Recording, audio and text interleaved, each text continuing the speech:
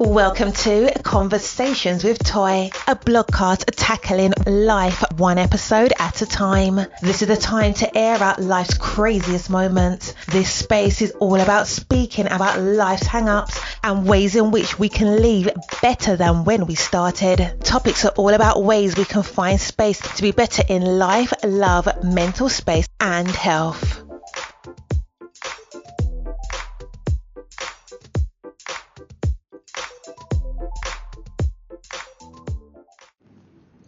Happy Friday.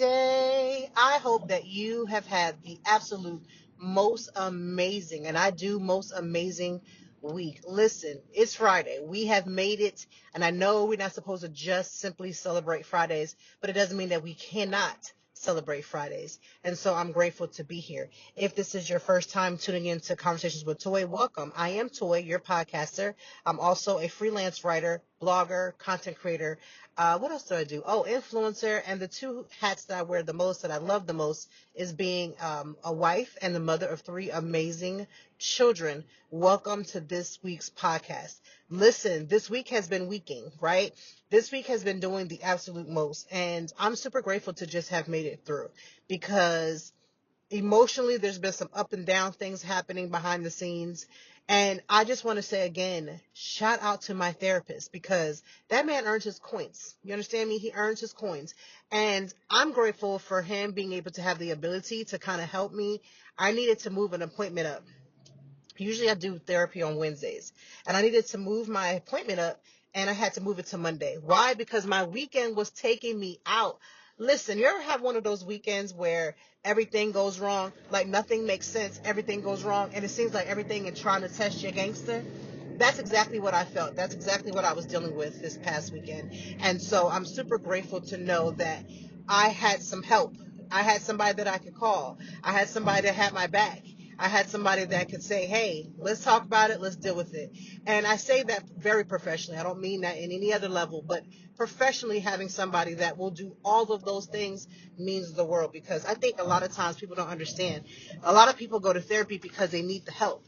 And sometimes you be thinking like you legitimately are finding yourself in a situation where you are thriving, or you feel like you're not even thriving, right? And you need that extra help. You need that extra push. You need that extra all the things. And so I was just grateful to have him on board. So in this session, we talked about a lot of different things, but one of the things that we're going to talk about on today's podcast that came from my therapy session is red flags. How do you ignore those red flags in your mental health and your wellness? Like, that's something you should be doing. You know the things you actually should be doing, but you continuously put it off. Why? Because it's almost like if you put it off, it's going to go away. It doesn't. It's like not opening the mail, hoping that the bills don't pile up. Bills are yet piling up whether you open the mail or not. And so I want you to open the mail today of your mental health, of your self-care, because simply ignoring it, it's not going to go away. So many times we're finding ourselves in these situations where we're on flight and fight. We're on fight and flight because we don't have any type of buffer. We don't practice self-care regularly. We wait until things go left, and then we want to say, oh, I maybe need to go do this and do that. No, don't wait until it goes left. Get it together now. Let's get it together now. So again, I'm going to talk about the red flags that we ignore so many times, the things that we continuously do in this grind culture where we have to keep going, and going. I consider myself a content creator that's on the go. I am always creating content because that is what I do. And yes, there's oftentimes, a lot of times, and not the main point, is that I do get paid to create content. But here's the thing about creating content for me. I genuinely enjoy the process. I don't always like sometimes when I feel overwhelmed or when I don't keep myself organized and my schedule feels like it's going left. There's a difference between a schedule going left and me genuinely love what I do. I love what I do. I love to be able to create. I love when I make blog posts because the blog posts mean something. I'm helping somebody else who may not have a me. And I'm helping somebody else to see themselves so that they can find a way to push through whatever it is that they got going on. I'm saying all this to say to you, find that one thing that you absolutely love, right? It doesn't have to be something major. People think that you have to be like saving the world and cure cancer. If you can do those things, we need you, right? But there are some small or quote unquote small-ish things that we can do that mean and bring so much impact. I run into people all the time that say, I'm so grateful that you shared your loss. Like a lot of people share their wins, but they don't share their losses. And I'm like, listen, I share my losses all the time. I'll say, listen, I failed this week. I was supposed to do A, B, and C and didn't do it. I did D, E, and F and it didn't go right. I'm okay with sharing that because listen, before I allow somebody else, and I mean this with my full chest, before I let somebody else tell the story, but trust and believe I'm going to tell it. You're not going to get one over on me because I used to live like that, where everybody would spill my tea and I'm sitting there looking like a dummy and I'm sitting there letting the story unfold. And let me just tell you something about people. People love to gossip. They love to gossip about what they think they heard and what they think they know. But 9 times out of 10 and 10 times out of 9, they never get the story right. I'm sitting there letting people tell my story and I'm like, well, I would have told it a totally different way. I'd have told it the right way. It actually would have been more interesting. So tell your story, share, because there is somebody listening, somebody who can understand what it is that you got going on. Listen, my energy today is on 1,000. I'm super pumped and super excited because it's the weekend. And I know weekends last but a blink, but I'm going to be able to enjoy it just a little bit this weekend. My goal this weekend is to enjoy. I'm going to be having some brunch with some friends and other content creators. I'm going to be doing some family things. I'm going to be cleaning this house. I got to clean this house up. Listen, the way my life is set up, the way my checking and savings is set up. Yeah, like I got to get this house together because I got to have things in their place and prepare for the week. But one of the things I'm looking forward to is to find where that downtime is. Like I'm going to look at my calendar and say, hey, where's the downtime? I actually want to simply read a book this weekend. I want to start and finish a book. I want to journal. These are desires that I have. And listen, if you're new to this podcast, you know I end the podcast by encouraging you to do one thing that you know you're going to enjoy. Let me just bring that to the forefront. Having a hobby, and I mean something that you love to do, is going to make the difference in how you show up in all the things. Going to work every day and simply collecting a check is not it. I want you to collect checks. Like I collect multiple forms of income. Like I'm here for it. Give me all the coins. But you shouldn't be just living to just simply work. So I want you to find something, a lot of things that you do that you enjoy, that brings you joy. Because why are we going every day not having no type of joy? Like there's no life in that. There's no joy in that. So we're going to talk about red flags. Let me just say, there's been a few social media stories that's been going on this week that's been making me like second guess just society as a whole. I was listening to snippets of Cam Newton's conversation, and he was saying that I'm assuming that they're still together. I don't know if they are or not, and it really don't matter. But he had his ninth baby with his maybe girlfriend Jasmine. I don't know if they're still together or not. None of my business. But he keeps putting their business out there. Okay, I'm sorry. I get it that people need love and there's somebody for everybody, but I need somebody to understand. He has 9 children, 2 with Jasmine. She had one, and I believe that might have been a girl, and I believe this one, well, I know this one is a boy because he stated it. So she had put out some information earlier stating that, she's basically giving birth to a son who, basically coming from this traumatic situation where she doesn't 100% feel that Cam Newton is the guy that's going to treat her well and do all the things and, wine and dine and be respectful and do all these things. And she may raise a son who may do those things, and these are things that she has never even experienced. First of all, I think all of us can attest that we at some point, and what I mean by we, I mean we as a society, at some point had discussions surrounding what we thought she shoulda, coulda, woulda. But we're beyond that now. She's deep in, right? She done had 2 children by him. And yes, she has every opportunity to still live a good life. She has every opportunity to do something with herself. She has every opportunity to leave and still lead a healthy lifestyle, right? She does. She has a child with a man that has 9 children. She has 2.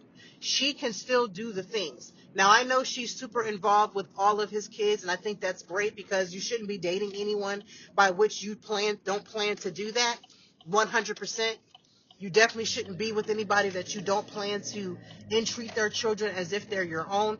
But on the real, she has 2 children. And if she needed to leave and move and do the things that she felt she needed to do, then I feel like she still can do that. Here's my point in the traumaticness of his statement. His statement about asking her about who she's been with, because he doesn't want to be in a situation where he walks into a room and there's somebody who has had her and that has one up on him. Now, I do think that there's a conversation that should be had if you were in a city and that you're living in. I told my husband, he's here. This is his city. I'm in Philadelphia. For those who don't know, my husband has been born and raised here. So there is a high probability that he 100% has dated someone here in this city, right? And he has. So my question to him is, I don't need to know anything, but what I do need to know is don't ever have me in a room where your ex has been, and I do know one of the exes, but if there's an ex that I'm not aware of, don't have me in that room skinning and grinning and she's sitting up in here and I don't know. At least give me the courtesy. Now that I respect when he asked that. But for him to say, I need the names of the people that you've been with because basically he's a celebrity and he needs to know all these things, I don't know. I think that's weird. Now, is he willing to do the same? If he's willing to do the same, I might be on board with it. I would be okay with it if he says, I'm going to tell you my list and I would, and I would like your list as well. Then give him the list. But if he's not saying that, I don't know if I want to hear that. I don't know if I want to hear that. So yeah, it's been a lot happening in these internet streets. What have I been doing for self-care? One of the things that I have been enjoying and doing is using my chill pill. I know it sounds like I'm taking medicine, but I promise you it's not. But even if I was, and I liked it, I would tell you, hey, I've been very open about my mental health wellness. I do take medication, but this is not it. The chill pill is a device that you can it has a strap that you put on your arm and you can place it, and it's a sensor that goes into the palm of your hand and it sends like a little electronic wave, and that wave is to help to calm you down. It's to help with your anxiety. It's to help you to remember and remind yourself that you are simply safe, that everything is okay, and that you don't need to stress about whatever it is that you have going on. It's something that you can use all day. It's something that you can use when you need it intermittently. It's something that you can use in a pinch. I keep it with me consistently. I've had it now for over a week. And I can tell you that I have had to use it constantly, but the relief that I personally feel has been great. Now, I took it with me to visit my family. I went to Lancaster on a whim. I had to go to a funeral, a viewing last Friday. And when I went, I took it with me because I don't do funerals. Like, I don't do funerals well. I get scared of like seeing dead bodies. Like, it's a whole thing. Just send a prayer for me. I'm just not that person. I don't like it. And so I kept using it while we were there. I let my mom use it. She felt it, the sensitivity of it. But my dad, not so much. I don't know, he does have calloused hands because he's been like in the military. He's been in a few wars and things like that. So his hands are pretty callous. So I'm going to assume that it's that. And me and my mom, the sensitivity was felt. But again, everybody's experience with the chill pill is going to be completely different. I personally enjoyed it and I personally love using it. And I'm going to continue to use it because I like the fact that it does kind of bring you back and calm. It brings you back to like concentrating on something else outside of the stress that you have going on. So for that, I do love it. I'm going to link it in the bio of the show notes, or I should say the show notes, in case you would like to try it as well. It doesn't hurt you. You can control the intensity. If you need more, you can get more intense. If not, you can leave it low. You control it. It's great. So that's a plug for that. And that's something that I'm using right now currently for my self-care and my mental health and my wellness. What else do I want to bring up? What else am I using? Again, therapy has been great. Having that somebody I can bounce my thoughts on and get some clarity on. I had to get clarity on a lot of different things. Because I told you my weekend was weekending, and it was just like, Lord, give me back to the regular week because there was a lot going on. But I'm hoping that this weekend is going to be a little bit better. I'm already putting it, like I said, into place so I can get all the things done and relax and read and clean all the things. So there's that. What else have I been doing for my mental health and wellness? Again, we talked about this, I believe, last week or the week before about sleep. Sleep is essential, and I have been going to sleep. It has been helping me. My Apple Watch that I've been using to like figure out how much sleep I'm getting, it records it, tells me every day. And when I wake up, and I'm loving that because I can see the pattern. Thursdays are my days where I don't get as much sleep. I think Thursday, and I think, unfortunately, this week, I think 2 days this week. So not bad. Not bad. I'm going to do better. But those are the days that I struggle with sleep. But again, sleep, therapy, the chill pill, journaling. I got this new journal, one that you can use online. I got another one that you can kind of do like, as a project. And it's like one of those things you can build up. And I am loving it. It's something about being creative. It's something about writing. And it would make sense. I am a writer, that I would love the fact that writing is a form of self-care and mental health and wellness for me. So there's been a lot that I've been doing to try to help with my mental health and self-care. So yeah.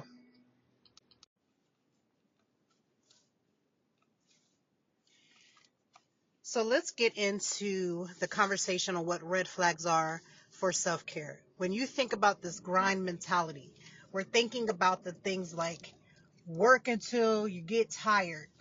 Your work is never done. No sweat, no fret. Like, you got to stop this whole concept of doing everything possible but never adding a break. Breaks are absolutely necessary. Taking care of yourself is absolutely necessary.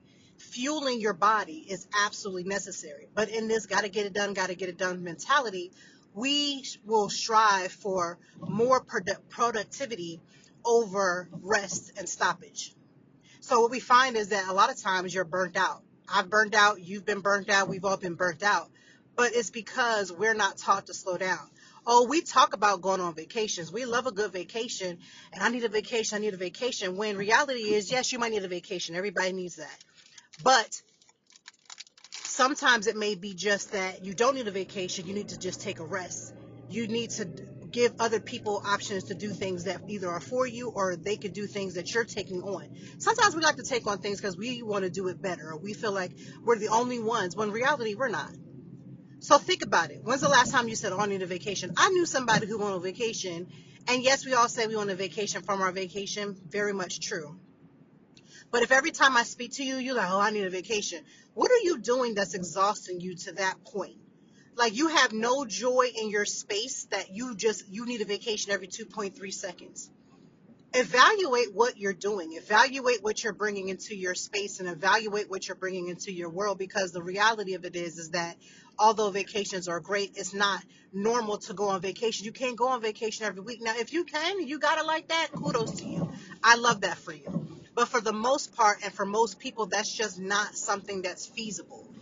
Going on vacations every quarter, beautiful. I love that for you.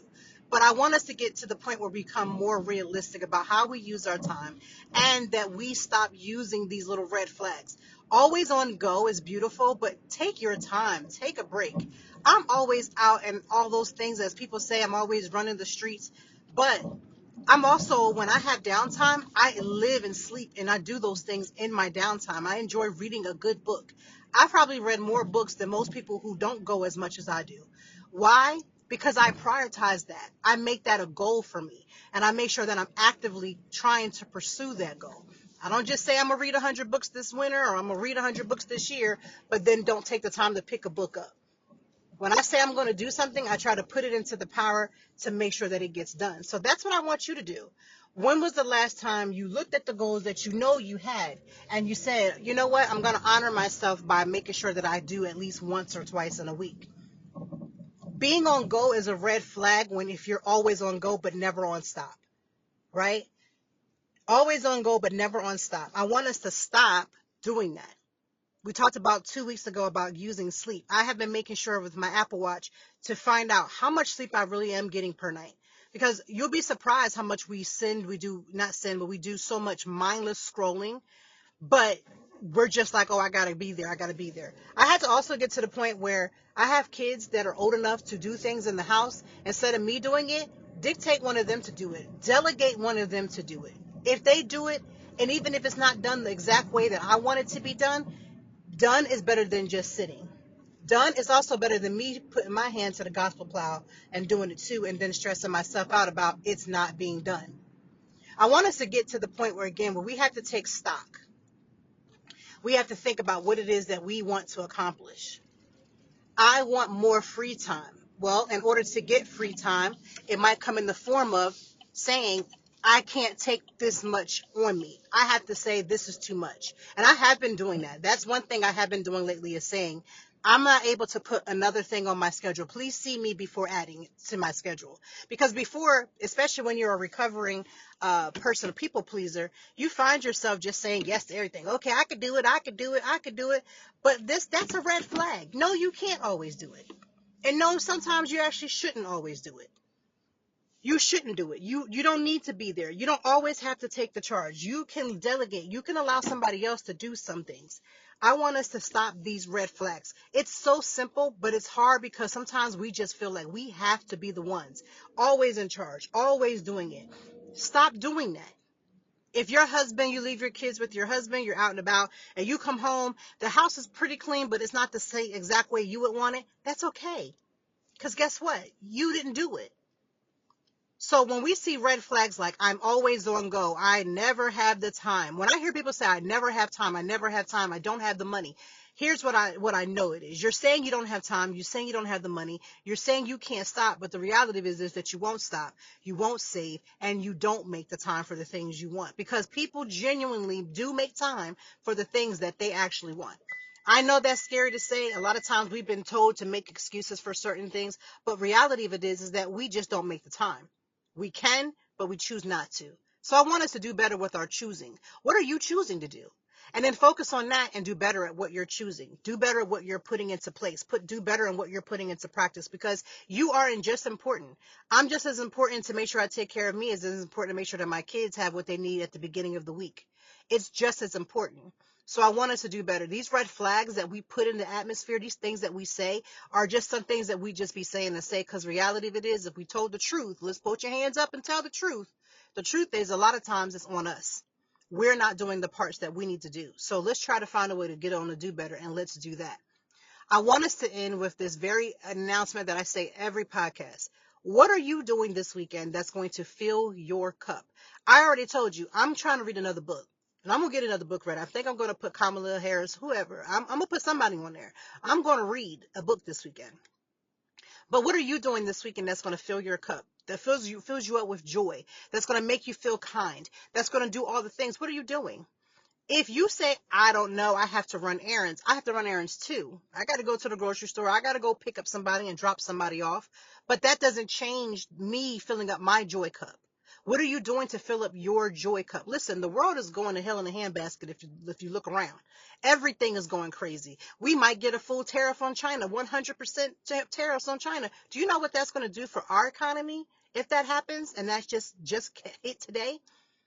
The point of this is that you have to find ways to fill your joy cup. You may not be happy about everything that's happening. I'm not always happy about everything that's happening. But when I'm talking about just pure joy, fill your joy cup up this weekend. You have no excuse except for you being your biggest excuse. So that is the podcast episode for this week. Short, cute, and to the point, y'all. I love that for us, right? But I want us to try to take care of ourselves better. If you've been noticing, we've been hitting all the things that's putting right back into us. 2 weeks ago, we talked about sleep. Last week, talked about our reactive behavior when we're reacting to things instead of taking things and slowing it down. And now we're talking about pouring back into your cup and noticing the red flags of self-care and wellness. Oh, I can't eat. It's too expensive to eat. There are so many ways to cut a corner. Yes, fresh fruit and fresh vegetables are great. They're great. So find things like, and here in Philadelphia, we have things called Produce Junction. I could spend $20 on fruit and come out there like I was balling, right? Instead of going to the grocery store and only being able to buy 3 of them or 2 of them, right? So there's ways around it. Okay, I want fresh, but I can't afford fresh. Get some frozen. Frozen is just as good. It's better than the can, and it's better for you, right? Listen, there's always one way to skin a cat. There's always more than one way to skin that cat. So again, I want you to do the things that are going to be helpful for your benefit, for your well-being. And I want us to take better care of ourselves. So thank you for listening to Conversations with Toy. I will be back next week because that's what we do here. And I'm so grateful for you being here. And, make sure that there's 3 things you should do. Every time I say this, 3 things you can do. They're free 99. Listening to the podcast is 1. Number 2, share it. It's free 99. And number 3, review it. Whatever you're listening to this, review it so I can know what you think, and any changes you want me to make, let me know. But other than that, thanks for rocking out this week. I hope you have the most amazing weekend, and I will see you next week for Conversations with Toy. Thank you as always for joining me, and I know that even in the deepest or joyful conversations that there's something we can learn and apply. Until next time, I hope that you are doing better. If not, we will be back to talk some more and handle it. Peace to you and yours. Stay grounded.